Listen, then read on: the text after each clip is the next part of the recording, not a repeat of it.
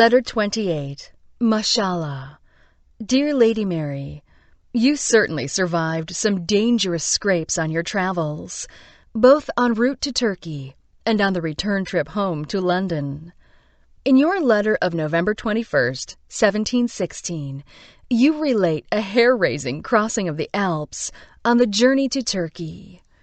We passed by moonshine the frightful precipices that divide Bohemia from Saxony, at the bottom of which runs the river Elbe, but I cannot say I had reason to fear drowning in it, being perfectly convinced that, in case of a tumble, it was utterly impossible to come alive at the bottom.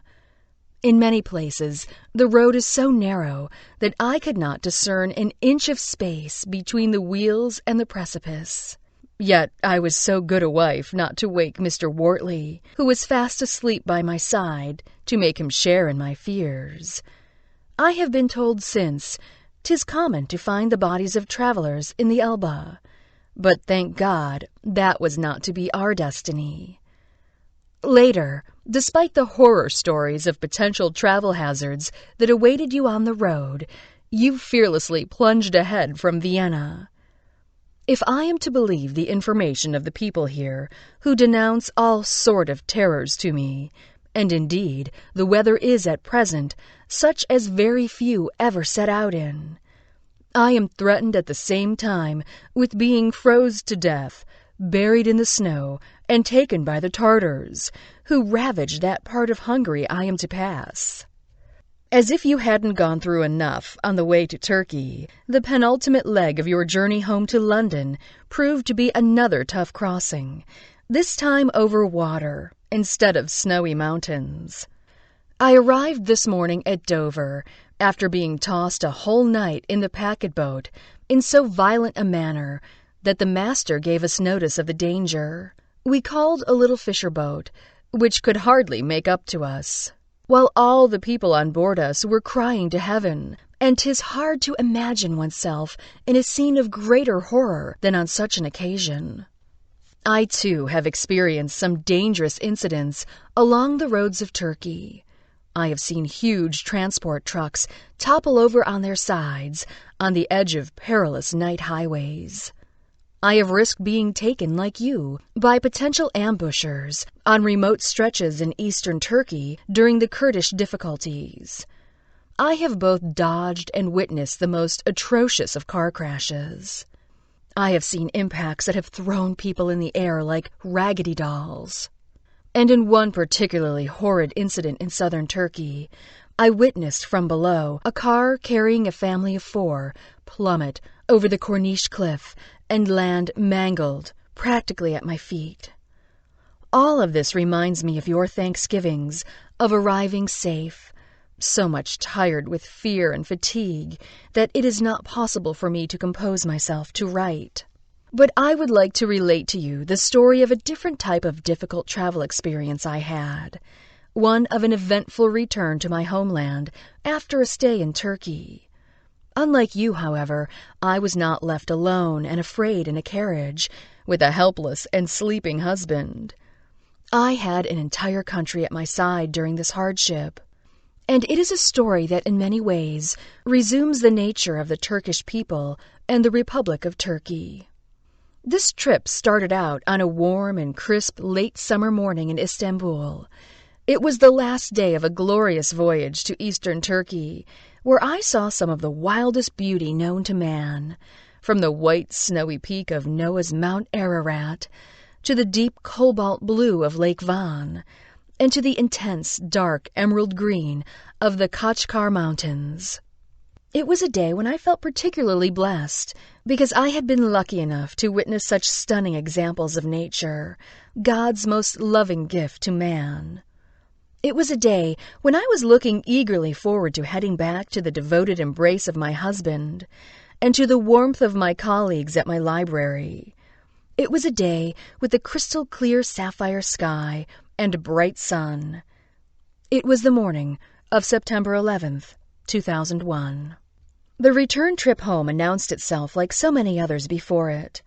I traveled the familiar road to the airport, filled with an infinite sadness to be leaving Turkey at the end of an intense time of learning, joyful play, and living history, mixed with anticipation of the happiness of being reunited with loved ones at home. Candy, halva, lokum, and Turkish coffee were purchased in the duty-free shop. Last copies of the newspaper Hurriyet were tucked into my carry-on bag, and leftover Turkish lira coins were exchanged for boncuk blue bead trinkets. As I passed through the first, second, and third security checkpoints, I commented to myself how thorough these Turks were when it came to ensuring security in this often volatile point of the world. I felt safe. There was a delay of almost 2 hours before we could leave, due to the proverbial and mysterious engine problems. We were fed tasty white cheese and tomato sandwiches in the interim. Finally, we took off. But after only 1 hour out in flight, the pilot, Kaptan, came on the intercom to tell us that we needed to head back to Istanbul because the pesky problem was apparently still not cleared up. The stewardesses stored away the food service carts. Seatbelts were fastened, and we returned, deplaned, and waited another 2 hours in the same embarkment area. It was starting to become a bit tiring, so we were very pleased when the Turkish Airlines THY employee announced that a new plane had been found and that we would be heading out shortly. Once again, we took off, convinced that surely this time all problems were behind us. Unbelievably, about an hour out, the Kaptan came back on the intercom and stated in Turkish that we needed to return to Istanbul yet again. The entire cabin groaned and grumbled, and I began to doubt that I would ever get home that day. Only this time his voice sounded odd, and he said, very vaguely, that we needed to return because all American airspace has been closed. I was immediately seized with panic, for I knew that something very, very terrible must have happened, for American airspace has never been closed in our entire history. I started to cry out of unknown fear, for I could not imagine what this issue could be, only that something very serious must have happened. A little Turkish boy came up to me and asked me why I was crying, and I was totally helpless to tell him of the foreboding I felt. Not wanting to frighten him or the other Turks on the plane, I said that I was crying because I was so sad to leave my friends in Istanbul. About half an hour later, the Kaptan came back on, still in Turkish, and said that it looked like the problem was that a big building in New York City has suffered some kind of attack. And then I knew in the pit of my stomach what that big building had to be. It could be none other than the one I see day and night from my window of my apartment, standing like a sentinel for the whole world to see, the Twin Towers of the World Trade Center. And I knew somehow that the assault was not a mere accident, but had to have been a terrorist attack. At last the plane landed back in Istanbul. The cabin hostess made an intercom message requesting that everyone remain in their seats. The Kaptan came on and gave a message in Turkish, and then made another one in English, so that the few Americans on the plane would be able to finally understand what was going on.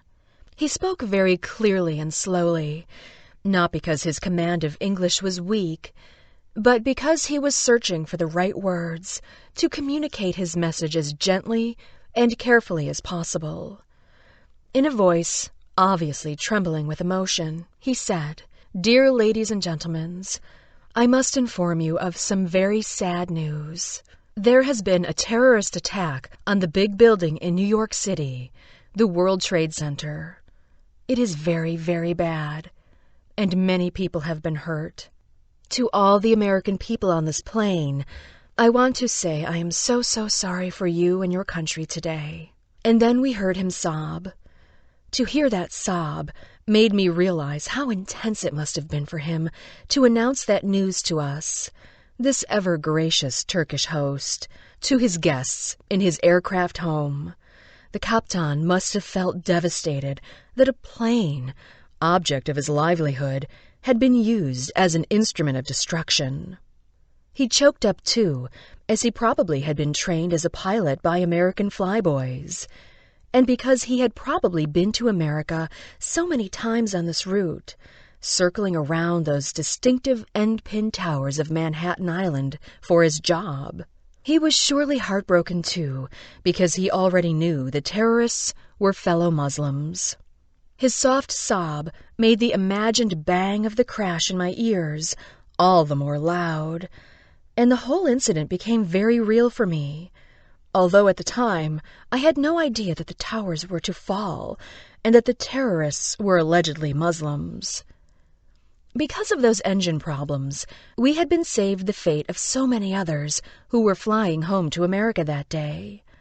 Instead of being stranded, the few Americans on that Turkish Airlines flight that day had the great fortune, in the midst of all the ensuing chaos, to be returned to a country that would open its arms and take care of them. When we stepped off the plane and came into the airport terminal, there stood in front of us a platoon of people of all kinds, lined up in total silence. The entire airport staff had gathered there to wait for us. Some were officers, dressed in suits and ties. Some wore THY service uniforms and ties. Some were baggage handlers in their gray tunics. There were charwomen in their pink aprons, standing attention next to their cleaning carts. Police officers with their thick black leather belts, food service attendants in their white paper hats, security clerks in their black blazers, and so many others in a blur of colors and clothes. It seemed as if the full airport had come forth to form this very human wall to surround us with their protection. After that point, everything became a slow-motion blur, as if I were about to faint, or as if I were underwater, with people moving towards us, but no sounds coming from their mouths. I do remember clearly all the hands coming forth, those famous, magic Turkish hands that appear whenever there is a need, taking us by the elbow and guiding us to the baggage claim area. I do not recall what was said to me at this point. All I remember were their eyes, and it was the sadness that I saw in those eyes that made me realize the gravity of the situation. I distinctly remember, however, a gray-haired, handsome man in a charcoal suit with a walkie-talkie in his hand who came up to me. In perfect English, he said, "Please do not worry. You are being taken care of. We will be taking you by a van to a nearby hotel to stay. It is very beautiful and nice. Do not worry. You will stay there for the time it takes for things to normalize and for you to go home again. Do not worry. We will take care of you. But know that when you go into your room and turn on the television, you will see images of a brutality never before seen, and that you will be very upset. There will be someone at the table in the lobby, a health worker, who will be there for you to speak with if it all becomes too much for you. Good luck, and God bless you." And to this day, I can still see the sharp, dark features of the unshaven face of the skinny man in a ragged black suit coat who stuck out his hand to whisk away my suitcase and to load it in the van for me. Who was this we that was taking care of us? Obviously Turkish Airlines, but it seemed like everyone else in the country was joining in as well. How could a country, reputed to be so disorganized, have managed in the space of under 2 hours to mount such a relief operation, complete with lodging, transport, and a psychologist set up at a table? How was it that they could be so professional and calm, so seamlessly helpful in order that we could better focus and deal with our own emotional horror?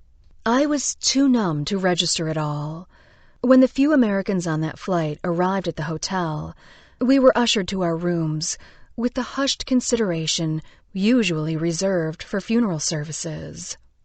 After I entered that room, in that indeed very beautiful hotel, sat down on the edge of the bed, and saw those images on the television screen, I knew that the gray-haired man had not exaggerated. I learned of the story of the attack on the big building in New York. I learned that it was done in the name of Allah, the most merciful and the most compassionate. I stayed there for a week, unable to get personal news of the tragedy, with only the droning reports of CNN and those never-ending images of the impact of the crash played over and over, as if one time was not enough to gouge it in your memory forever. Was my husband safe?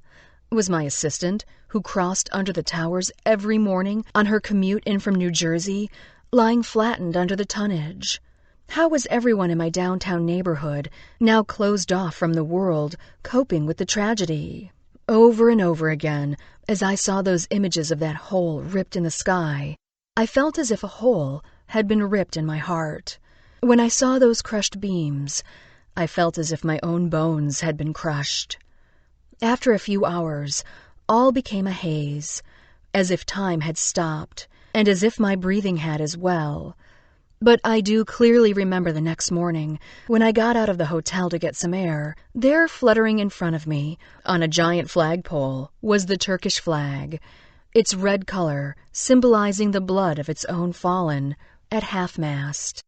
It was then that I understood that this tragedy was not one that had just struck my city, but it was affecting the entire world as well. Turkish people greeted us everywhere on the street, with sadness in their eyes, with a word of encouragement, a wan smile, or a touch on the arm from all of them. So many of them spoke about the tragedy that they had suffered on a hot summer August day 2 years earlier, the Izmit earthquake.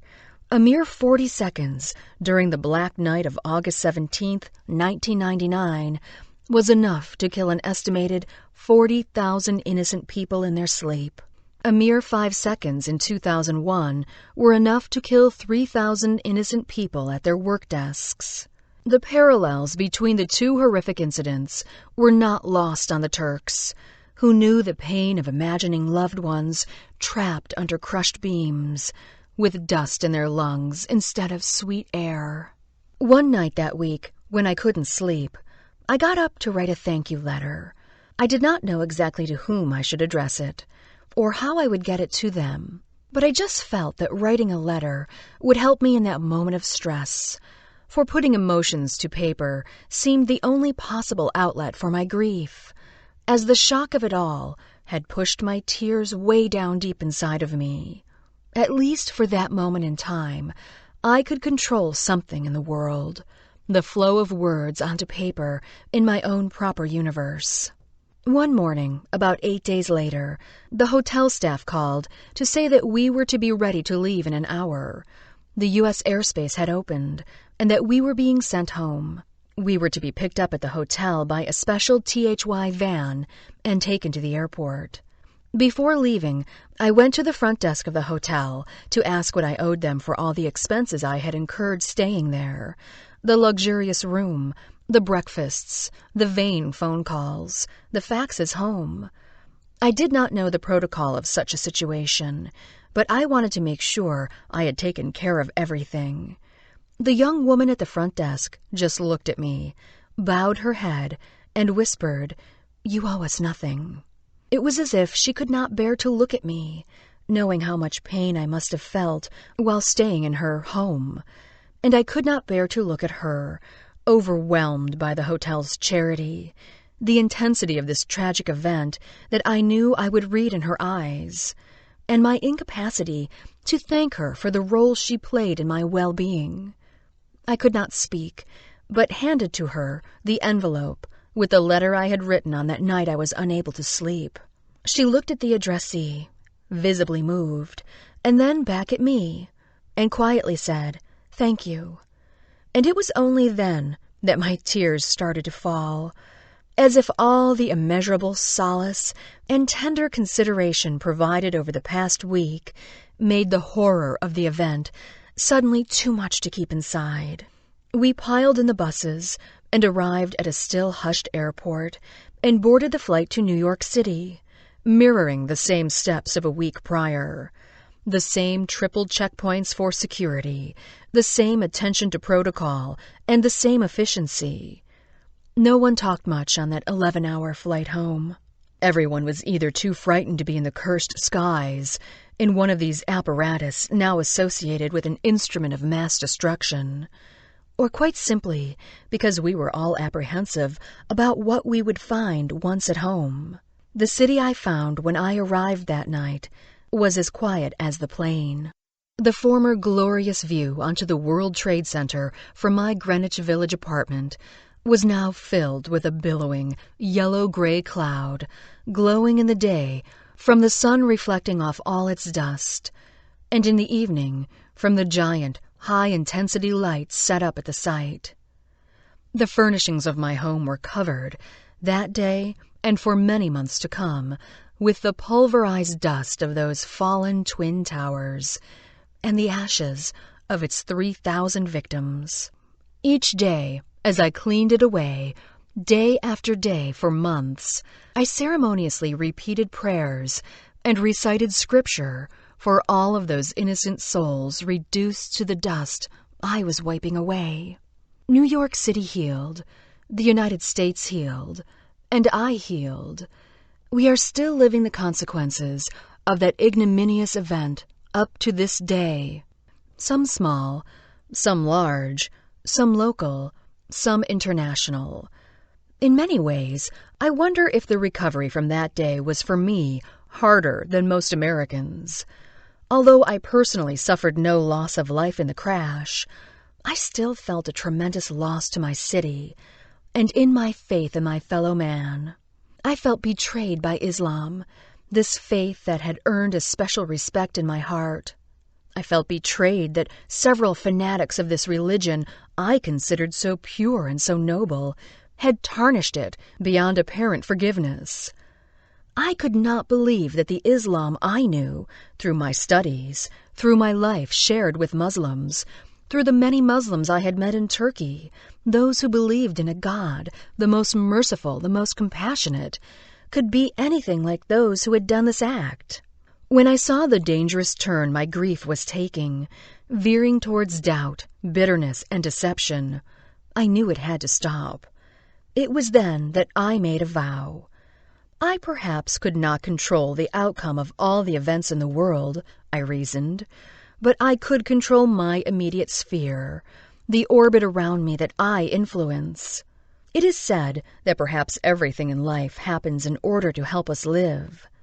And so from the horror of that day, I told myself that I needed to recommit my efforts to support understanding between people and religions, and that I needed to continue more than ever my dedication to fostering cross-cultural relations. It made me realize that if a person like me, who had such respect for Islam, was feeling such negative emotions against Muslims, what must the average American be thinking? I needed now to be a bridge builder more than ever. The Turkish part of my 9/11 story has one last chapter. About 5 months after the incident, I returned to work after my lunch break one day, and the front desk receptionist handed me a very large wooden box. A THY envelope with my name on it was taped to it. My heart stopped, and I was overcome with all the memories, good and bad, of that week in Istanbul that came flooding back to me. I waited to open it at home, in private, for I knew it would be something special. Yet again, another bit of Turkish kindness graced upon me. The letter was from the New York director of Turkish Airlines, extending his wishes for my well-being, and telling me he wished to offer this token of appreciation on behalf of the THY staff for my letter, the one I had addressed to Turkish Airlines and the people of the Republic of Turkey, and left at that hotel desk months before, and which had finally come into his hands. It was inconceivable to believe that after all that had already been done emotionally and materially for me, that the warm arms of the Turks were continuing to surround me with compassion and goodness. Inside of that giant box, encased beautifully in an elegant walnut and glass frame, was a large oval plaque in silver. On this plaque, inscribed in fine, cursive calligraphy, was the iconic message, Maşallah, which translates as "How beautifully God created," and is used by Turks to mean, "May God protect you from all evil." Yes, Turkey, this magnificent and most generous of nations, has shown me that I must never doubt the infinite goodness of my fellow man. Sincerely, Kadria Branning.